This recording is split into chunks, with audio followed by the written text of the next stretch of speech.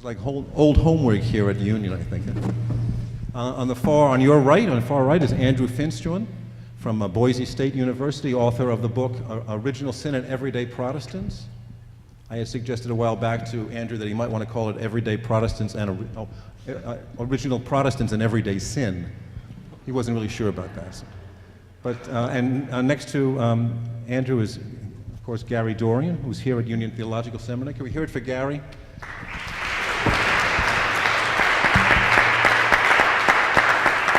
And on my left is Bernie Sanders. We're happy that he can be here. Cornel West, and I thought he did a great job in the film. So,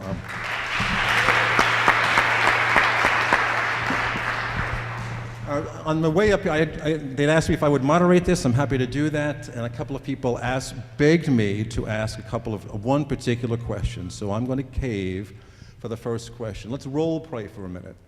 You're Reinhold Niebuhr. You've been counsel to presidents, high-ranking officials. I'm Donald Trump. Where do you start? Andrew? I'll paraphrase. People want power and glory as much as they want wealth. That's something that Niebuhr often reminded people of in terms of his criticism around economics and communism, that the dimensions of human ego and the sin of pride, the power and glory as much as wealth. So that's where I'll leave it with Niebuhr. Okay. Yeah, I'm not sure this one's even debatable. It's so powerful, it's so central in Niebuhr, that all have sinned and fallen short of the glory of God, that we kid ourselves about how good we are, and certainly about the goodness of anything we're part of.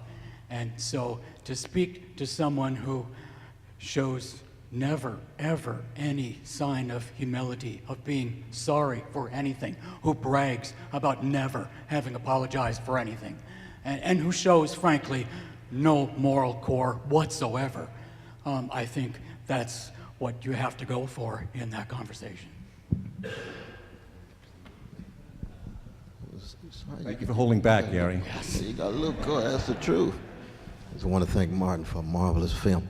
I think that Niebuhr would want us not to view Donald Trump as an isolated individual, but a product of the worst of the American empire. So in that sense, the last thing he would want to do is to cast him as some kind of monster, as opposed to him actually expressing something deep about what it is to be human and what it is to be American. So he is on a continuum. He's a fellow human being, he's a fellow citizen. He just happens to be a symptom and a symbol of the American spiritual blackout as a result of a market-driven society in which there's a relative eclipse of integrity, honesty, decency. Now, in my tradition, I would say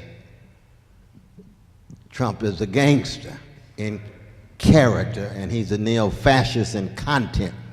But I would always add, I was a gangster before I met Jesus, and I'm a redeemed sinner with gangster proclivities. So he's on the same continuum in that sense. So there is hope for Donald Trump. There's no human being who is beyond redemption. That's part of the greatness of the Christian tradition. Some would say that's part of the naivete. But that's my tradition, and that's where I come from. I was a gangster, Malcolm Little was a gangster, and lo and behold, became forces of good. Now Trump has yet to make that move to become the force for good, but you never know. 1948, Reinhold Niebuhr winds up on the cover of Time magazine, the 25th anniversary issue. Absolutely the ranking public theologian in America. As a school that's preparing people to be theologians and thinking theologically, be pastors all across this country, talk about what made it unique that Reinhold Niebuhr could become a national symbol, a public theologian in that sense, and what you think might be lacking today, either in the society or in people that we're raising up, why we don't seem to have people who identify themselves as public theologians. Andrew? Well, that's a challenging question. I hear it quite frequently when Niebuhr comes up, but I think some of the obvious things are a diffuse media. Niebuhr was talking to a different era, a different sense of consensus in America, even if that consensus was problematic.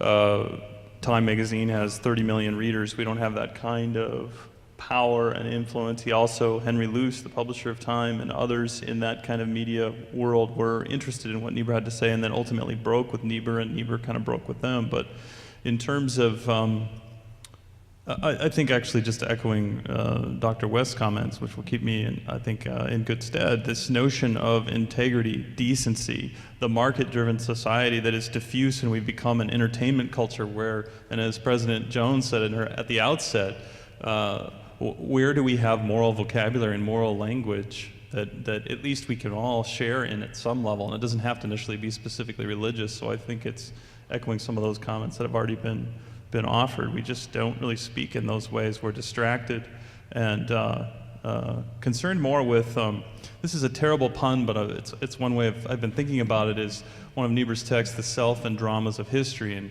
and we're the selfie and melodramas of history culture, it seems to me.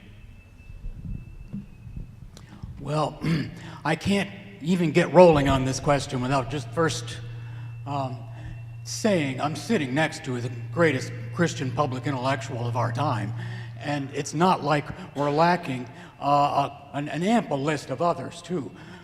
We have quite a few friends who are just on television all the time, and making a witness. I mean, not just, promoting their careers, but it happens. It's not for lack of that at all. But Niebuhr is just living in a profoundly different kind of society, a profoundly different culture, and American liberal Protestantism is not remotely comparable in his time to what it is later. I mean, what happened later is something he can't even imagine. In fact, you would see it, I think you would see him occasionally say a good word for liberal Protestantism, even sort of defend it on occasion, had he thought there was any chance of it going into the kind of eclipse that he did. He just so took it for granted, took its centrality, its cultural centrality, its importance, its influence, just totally for granted. That's why he can blast away at the social gospel the way he does, blasting away at its idealism and its rationalism and later its pacifism. It's because, yes, he's very strongly critical of all those things.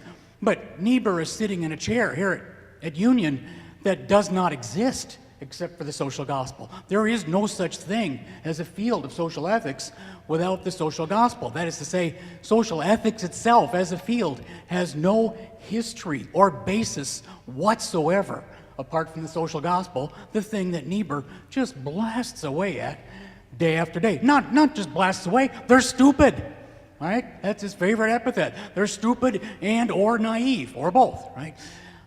So all of that even just kind of shows the taking for granted that, of course, this Protestantism that has given him voice has an import that he can't imagine it losing. One other sort of example of that. Niebuhr didn't really do that much for the National Council of Churches. He spoke at an occasional assembly, but he is not someone who was deeply involved in the making of the National Council of Churches as an important force in American society. There were people here who did, Pitt Van Dusen and John Bennett and others. But just the fact that he's got the National Council of Churches behind him, I mean, in a time when it convenes in these just commanding assemblies that get page one attention on the New York Times routinely, you just can't compare any of that to what we, struggle with today. If I could just add, Robin Lovin, who's in the film but couldn't be here with us this evening, would say that a lot of the social thinking coming out of the National Council of Churches owes some credit back to Reinhold Niebuhr, who drove some of that. Oh, that's certainly true, yes. Yep. Yeah, I think it's very important to keep in mind that that March 1948 essay on Niebuhr was written by Whittaker Chambers. It was under the aegis of Henry Luce. Niebuhr was riding the waves of a Cold War liberalism and the hegemony of liberal Protestantism at a moment in which over 90% of Americans viewed themselves as Christian. Today it's about 71, 70, 69, depending on which poll you talk about. That what Niebuhr missed was decolonization of the third world. Du Bois is writing texts wrestling with the decolonization of the third world and making the connections to the challenge against American apartheid. Niebuhr is riding the wave of a Cold War liberalism, so his friends, author Schlesinger, who has just written a 2-volume work on the age of Jackson, valorizing Andrew Jackson. That's whose picture now sits in the Oval Office with Donald Trump, because he's valorizing the common man, the white man with no property, and not saying a mumbling word about the trial of tears of the Cherokee, and of course, pro-slavery. So that Niebuhr is anti-racist as a Cold War liberal. For me, the high moment of Niebuhr is not March 1948. That's Niebuhr's mainlining, streamlining. He's becoming part of the establishment. I love my brother, but that's not my Niebuhr. My Niebuhr is 1932, 1934, Reflections on the End of an Era, More Radical and More Man in Society, 1935 and 6. He's being seduced by a mainstream, and he's so brilliant and wise and witty and charismatic and so forth, they love him. He holds on to irony, but he downplays the massive hypocrisy that shot through the American empire. He wasn't talking about irony in the 1920s and 30s. He was talking about hypocrisy. And Du Bois, Malcolm, Martin, Dorothy Day, those great prophetic figures, they continue to talk about hypocrisy all the way up to the war crimes of Truman with Hiroshima and Nagasaki, and the Korean War, on and on and on. Niebuhr no longer talks that kind of language. He's part of the establishment. That's why he's offered the presidency of Yale University. They don't offer the radicals the president of Yale University. No, that doesn't make Niebuhr less great because he's got his own voice. But we have to have our own voice to register our critiques of our dear brother, especially in a moment like this, where it's very clear that liberal Protestantism is long gone. Long gone. Cold War liberalism transmogrified into a neoliberalism, and now we're at the very beginnings of a neo-fascist era, if things continue in the way that they are. So we have to mobilize ourselves in a very different way, build on the greatness of Niebuhr, but recognize that he was a brother of his own time. And he had blind spots, and he had magnificent insights and illuminations, too. I'm sorry to go on. No. Gary? We have a very similar reading about that, but a little different shade. I think, Niebuhr basically changes his politics every 10 years. So when you even if you love Niebuhr, like so many of us do, usually you have to make some kind of choice about which one it is that you're so in love with, and then you have your issues with the other ones, before or after. So Cornel and I are in the pretty close to the same ballpark so far as when is Niebuhr at his best. But I would say it's actually I would move the needle a little further down the track. You kind of sailed past it, Martin, in the film, because there's nothing about what he actually wrote in the 1930s. But it's one of the tropes in Moral Man, and then it's one of his main ones for the next few years, that history is either going to move forward to some kind of state socialism, or it's going to move back to a more fascist barbarism. There is no third way. And so Niebuhr, it sounds strange to say this, he's actually not terribly helpful on some of these issues that were terribly, concrete, that are political, that have to do with, what does it mean in this moment to build structures that get more social justice than we've got now, that actually do move us forward.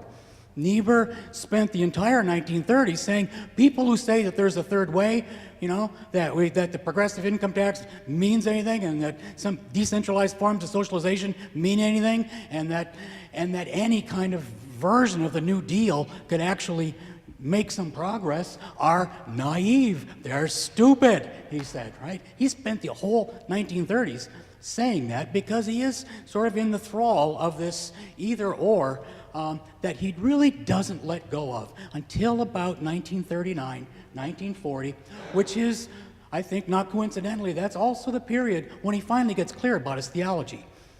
His politics just do continue to change every 10 years, but the theology from about 1940 onward, there's a recognizable Niebuhr. He has figured out, which you explicated so beautifully in the film, the Augustinian tropes that are his guides, and he becomes a better Reformed theologian.